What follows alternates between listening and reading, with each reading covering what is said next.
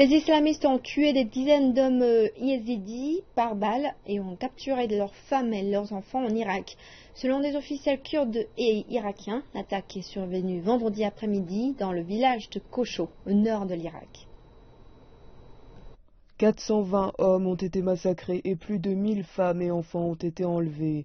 Samedi, des représentants des villages yézidis se sont réunis pour rendre hommage à Naïef Jassem, un homme qui a perdu presque tous les membres de sa famille après l'attaque lancée par l'État islamique contre le village de Kocho. Jassem croit que les personnes enlevées ont été conduites à Sinjar.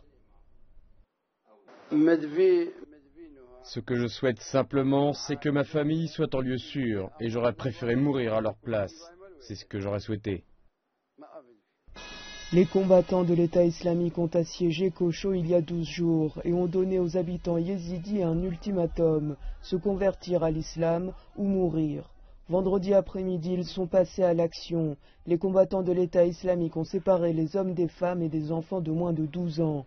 Un homme blessé qui a échappé au massacre en se faisant passer pour mort a indiqué que les autres hommes avaient été tués à la lisière du village. De nombreuses mesures avaient été prises pour protéger le plus possible Kocho de la terreur et de l'emprise de l'État islamique.